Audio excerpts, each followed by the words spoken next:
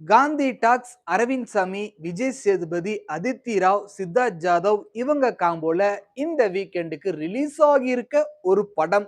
இந்த படத்தோட ஸ்டோரி என்ன அப்படின்னு பார்த்தீங்கன்னா, அரவிந்த் சாமி ஒரு பெரிய பணக்காரரா இருக்காருங்க. ஒரு கட்டத்துல இவங்க வீட்ல ஒரு ஆக்சிடென்ட் நடக்குது. எல்லாருமே இறந்துடுறாங்க. அதுக்கப்புறம் அவரோட பிசினஸ் ரொம்ப லாஸ்ல போகுது.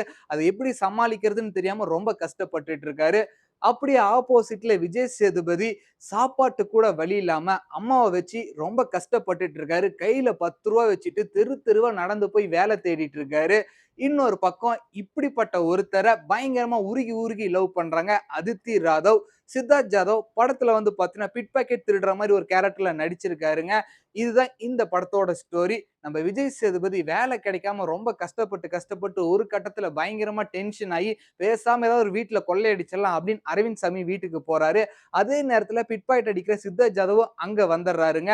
அதுக்கப்புறம் என்ன நடந்தது, எங்க போய் முடிஞ்சுச்சு அப்படின்றதுதான் இந்த படத்தோட கதை. இந்த படத்தோட ஹைலைட் என்ன அப்படின்னு பாத்தீங்கன்னா, இது ஒரு சைலண்ட் பிலிம்ங்க. படத்துல ஒரு இடத்துல கூட டயலாக் வராது.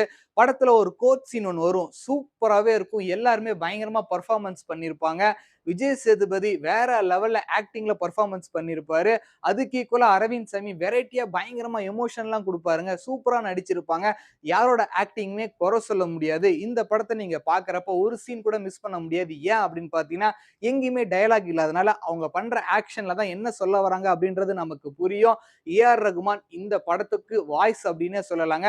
ஓப்பனிங்ல இருந்து எண்டு வரைக்குமே அவரோட மியூசிக் தான் இந்த படத்த நிறுத்தி இருக்குன்னே சொல்லலாம். படத்தோட மைனஸ் என்ன அப்படின்னு பார்த்தீங்கன்னா, ஃபர்ஸ்ட் ஹாஃபே ரொம்ப நேரம் இழுக்கிற மாரி இருக்கு. இந்த கதைக்கு இவ்ளோ பெரிய ஃபர்ஸ்ட் ஹாஃப் தேவையில்ல. அதே மாரி படத்தோட டியூரேஷன கொஞ்சம் கம்மி பண்ணியிருக்கலாம். சில இடத்துல வந்து பார்த்தீங்கன்னா, ஹிந்தி சப்டைட்டில்லாம் வருது. அது வந்து யாருக்கும் புரியல. இப்ப இந்திய ஆடியன்ஸ்க்கு அது புரியும். தமிழ் ஆடியன்ஸ்க்கு அது ப்ராப்பரா கன்வே ஆகாது. அதெல்லாம் சின்ன சின்னதா மைனஸ் இருந்தது. மத்தபடி படத்தோட மியூசிக் நல்லா இருந்தது. ஆக்ட் பண்ண எல்லாருமே சூப்பரா ஆக்ட் பண்ணியிருந்தாங்க. டைரக்டர் கிஷோர் பாண்டரங் இந்த படத்த ரொம்ப அழகாவே டைரக்ட் பண்ணியிருந்தாரு. அந்த காலத்துல எப்படி பேசும் படமோ, அதுக்கு ஈக்குவலா இல்லைனாலுமே ஓரளவுக்கு பரவால்ல அப்படின்ற மாரி தான் இந்த காந்தி டாக்ஸ் இந்த வீக்கெண்டுக்கு வந்திருக்கு. இந்த மாரி படத்த மிஸ் பண்ணிட்டு, ஐயோ! ஓடிடில வந்ததுக்கு அப்புறம் இத தியேட்டர்ல போய் எக்ஸ்பீரியன்ஸ் பண்ணியிருக்கலாமே அப்படின்னு ஃபீல் பண்ணாம, புதுசா ஒண்ணு ட்ரை பண்ணியிருக்காங்க. அத தியேட்டர்ல பார்த்து என்கரேஜ் பண்ணா, இதே மாரி திரும்ப திரும்ப நெறைய படங்கள் தமிழ் சினிமால வரதுக்கு வாய்ப்பு இருக்கு. இந்த படத்த நீங்க ஆல்ரெடி பார்த்திருந்தா, 5க்கு எவ்வளோ ரேட்டிங் அப்படின்றத அந்த வீடியோ கீழ கமெண்ட் பண்ணிருங்க.